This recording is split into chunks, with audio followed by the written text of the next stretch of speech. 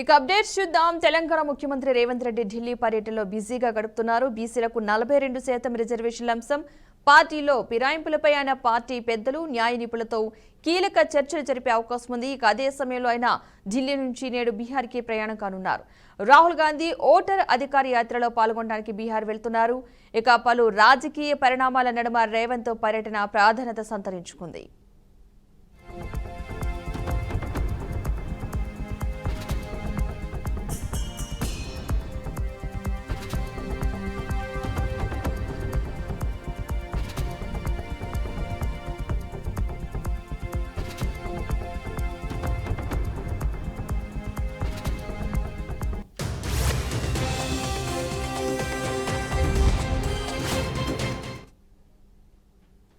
మేడ్చల్ జిల్లాలో దారుణ హత్యకు 5 నెలల గర్భిణీ స్వాతి అంత్యక్రియలైతే ముగిశాయి.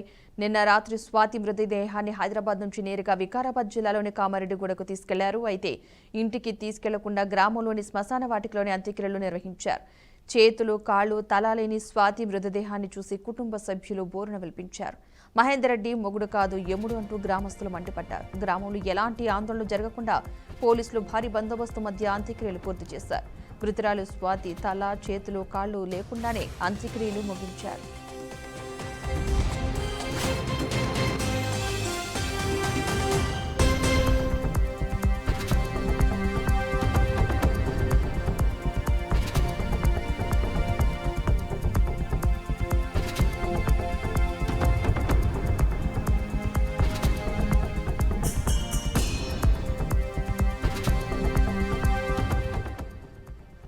మరోవైపు స్వాతి శరీర భాగాల కోసం మూసీలో పోలీసులు విస్తృతంగా గాలిస్తున్నారు. వరద ప్రవాహం ఎక్కువగా ఉండటంతో 2 రోజులుగా గాలిస్తున్నప్పటికీ ఎలాంటి భాగాలు లభించలేదు. వరద ప్రవాహం తగ్గిన తర్వాతే శరీర భాగాలను పెట్టిన ప్లాస్టిక్ కవర్ కానీ, హంతకుడు విసిరేసిన బ్యాగ్ కానీ దొరికే అవకాశం ఉందని పోలీసులు అయితే భావిస్తున్నారు. ఒకవేళ మృతురాలి శరీర భాగాలు దొరక్కపోతే ఏం చేయాలి, ఎలా ముందుకు వెళ్లాలి అనే అంశాలపై ఉన్నతాధికారులు, న్యాయ నిపుణులు సలహా తీసుకుంటామని పోలీసులు తెలిపారు.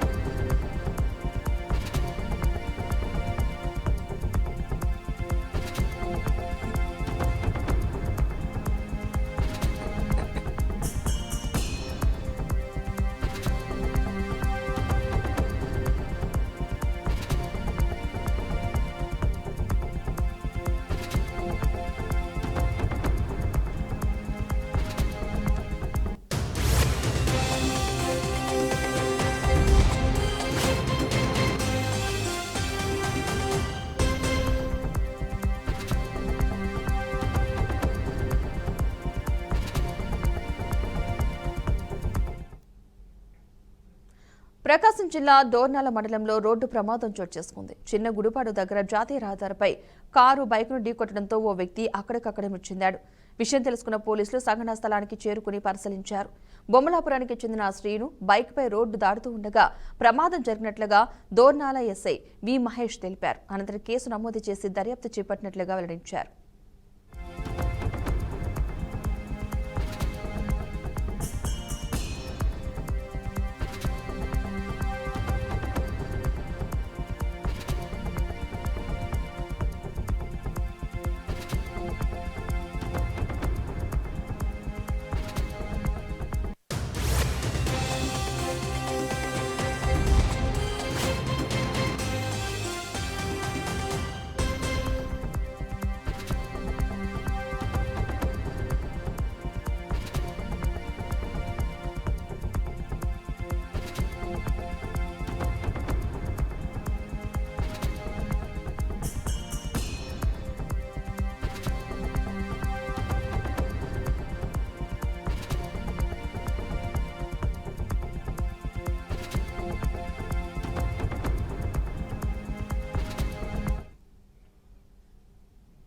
కాల్పుల విరమణ తర్వాత భారత సరిహద్దులో మళ్లీ ఉద్రిక్తత చోటు చేసుకుంది.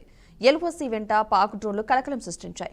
బాలాకోట్, లంగోట్తో పాటు గురుసాయి నాలా ప్రాంతంలో డ్రోన్ కదలికలను బీఎస్ఎఫ్ గుర్తించింది. సోమవారం రాత్రి సరిహద్దు అవతల నుంచి మొత్తం 6 డ్రోన్లు సరిహద్దులో గాల్లో 5 నిమిషాల పాటు చక్కర్లు కొట్టి పాక్ భూభాగంలోకి వెళ్లాయని ఆర్మీ ఉన్నతాధికారులు ధృవీకరించారు. దీంతో భద్రతా బలగాలు కూడా అప్రమత్తమయ్యాయి. డ్రోన్ల ద్వారా ఆయుధాలు, డ్రగ్స్ వదిలి ఉంటారనే కోణంలో దర్యాప్తు చేస్తున్నామని, డ్రోన్ల కదలికను గుర్తించిన అన్ని ప్రాంతాల్లో సెర్చ్ ఆపరేషన్ నిర్వహిస్తున్నామని ఆర్మీ వెల్లడించింది.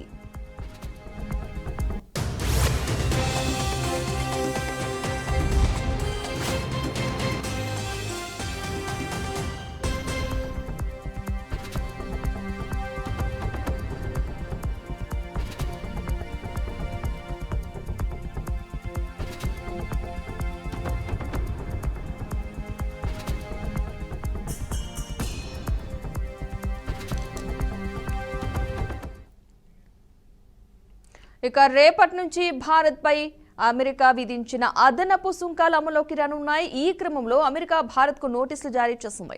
భారత్ రష్యా నుంచి చమురును కొనుగోలు చేస్తోందన్న కారణంతోనే అమెరికా అధ్యక్షుడైన ట్రంప్ భారత్పై 25% అదనపు సుంకాలు విధించింది. దీంతో భారత్ నుంచి అమెరికాకు ఎగుమతయ్యే వస్తువులకు అదనపు సుంకాలు చెల్లించాల్సి వస్తోంది. ఈ క్రమంలో భారత్ అమెరికాకు పోస్టల్ సేవలను నిలిపివేస్తూ సంచలన నిర్ణయం తీసుకుంది.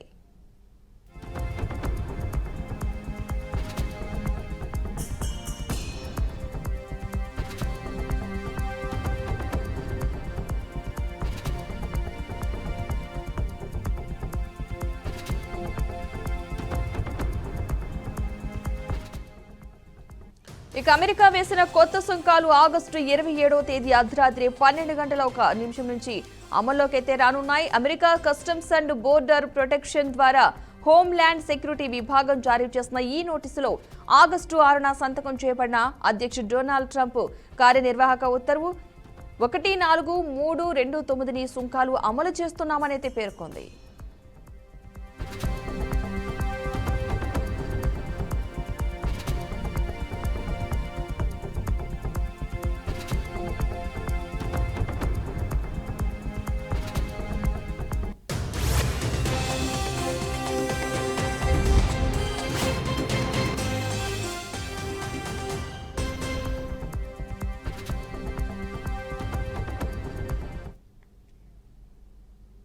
తెలుగు రాష్ట్రాల్లోని ప్రముఖ వినాయక మండపాల్లో ఖైరతాబాద్ గణేష్ కు ఒక ప్రత్యేక స్థానం ఉంది.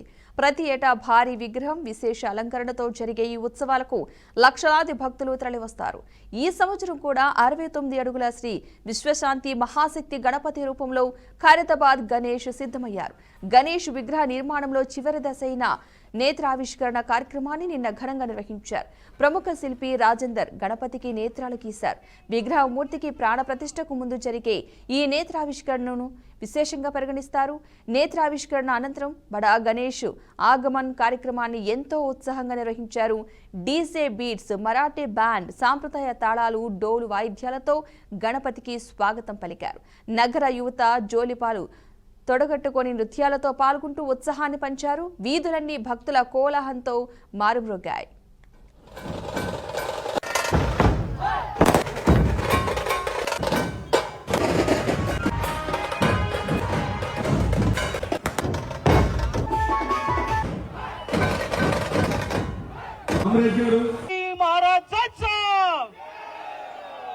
श्री छत्रपती शिवाजी महाराजांचा जय भवानी, जय भवानी, हर हर हर हर.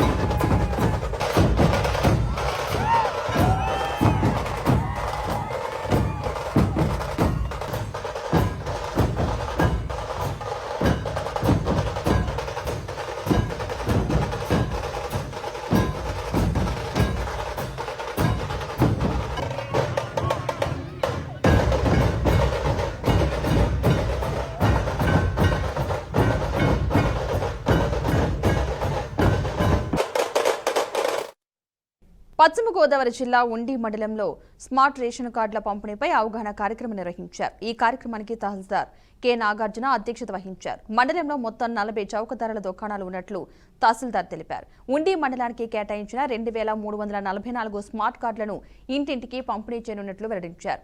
ఈ కార్యక్రమానికి డిప్యూటీ స్పీకర్ కనుమూరి రఘురామకృష్ణరాజు ప్రారంభించిన అనంతరం సంబంధిత సిబ్బంది ద్వారా లబ్ధిదారుల ఇంటి వద్దకే కార్డులు అందజేయనున్నారు. ఆంధ్రప్రదేశ్ ప్రభుత్వం వారు ప్రవేశపెట్టిన రైస్ కార్డుదారులకి స్మార్ట్ కార్డులు అనేది ఇవ్వడం జరుగుతుంది. అందులో భాగంగా మన మండలంలో ఉన్న 40 షాపులు రేషన్ షాపులకు గాను 20,344 స్మార్ట్ కార్డులు అనేది మన మండలానికి రావడం జరిగింది. అందులో రఘురామకృష్ణ గారిచే ఈ పంపిణీ కార్యక్రమం అనేది ప్రారంభించి రేపటి నుంచే మన మండలంలోని అందరి రైస్ కార్డుదారులకి ఈ స్మార్ట్ కార్డులు అనేది అందించడం జరుగుతుంది. నుంచి ఈ పంపిణీ కార్యక్రమం జరుగుతుంది. దానిలో భాగంగానే ఈ డీలర్స్కి మరియు సచివాలయ సిబ్బంది ఎవరైతే ఈ కార్డులు పంపిణీకి ఎంపిక చేయబడ్డామో వాళ్ళకి ఈ అవగాహన కార్యక్రమం అనేది పెట్టడం జరిగింది. యాడింగ్ చేసుకోవచ్చండి. అక్కడ అంతకుముందు వాళ్ళకి ఎక్కడైతే ఉన్నారో అక్కడ డిలీట్ అయ్యి అక్కడి నుంచి కొత్త కార్డులోకి. దేశవ్యాప్తంగా 14 మంది హైకోర్టు జడ్జిలను సుప్రీంకోర్టు కొలీజియం బదిలీ చేసింది. ఏపీ హైకోర్టుకు 3 న్యాయమూర్తులను బదిలీ చేసింది. గుజరాత్ హైకోర్టు న్యాయమూర్తి జస్టిస్ మన్వేంద్ర నాథియన్ ఏపీ హైకోర్టుకైతే బదిలీ చేశారు. అలహాబాద్ హైకోర్టు న్యాయమూర్తి జస్టిస్ డి రమేష్ ను ఏపీ హైకోర్టుకు బదిలీ చేశారు. కోల్కతా హైకోర్టు న్యాయమూర్తి జస్టిస్ సుబేందు సమంతను కూడా ఏపీ హైకోర్టుకు బదిలీ చేశారు. ఈ 3 న్యాయమూర్తులను ఏపీ హైకోర్టుకు బదిలీ చేస్తూ సుప్రీంకోర్టు కొలీజియం సిఫార్సు చేసింది. వీరితో పాటు దేశవ్యాప్తంగా మరో 11 మంది న్యాయమూర్తులను వివిధ రాష్ట్రాలకు బదిలీ చేసింది సుప్రీంకోర్టు కొలీజియం.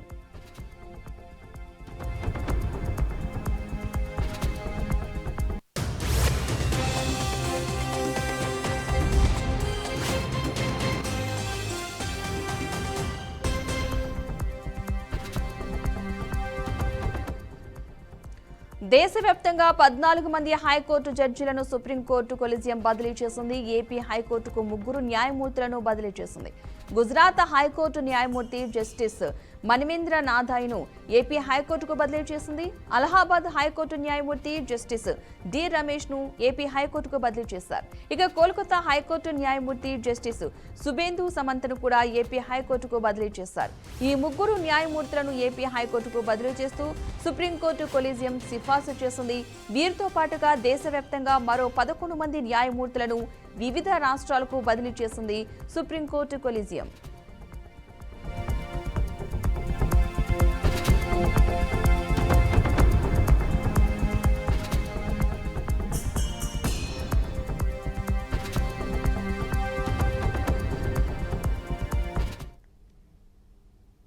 తెలంగాణ రాష్ట్రంలో రాగల 4 రోజుల పాటు తేలికపాటి నుంచి మోస్తారు వర్షాలు కురిసే అవకాశం ఉందని హైదరాబాద్ వాతావరణ కేంద్రం వెల్లడించింది.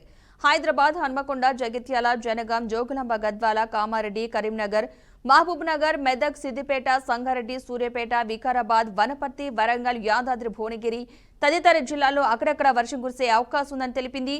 పలు జిల్లాలకు వాతావరణ శాఖ ఎల్లో అలర్ట్ జారీ చేసింది.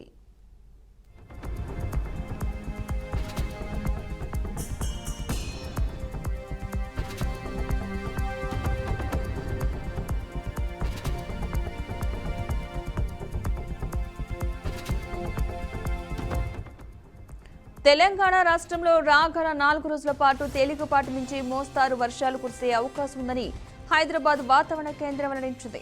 హైదరాబాద్, హన్మకొండ, జగిత్యాల, జనగాం, జోగులాంబ, గద్వాల, కామారెడ్డి, కరీంనగర్, మహబూబ్ నగర్, మెదక్, సిద్దిపేట, సంగారెడ్డి, సూర్యాపేట, వికారాబాద్, వనపర్తి, వరంగల్, యాదాద్రి, భువనగిరి తదితర జిల్లాల్లో అక్కడక్కడ వర్షం కురిసే అవకాశం ఉందని తెలిపింది.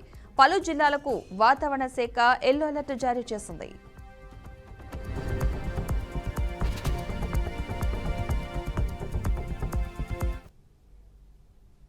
ఇక bulletin updates keep watching BRK news Telugu సత్తా.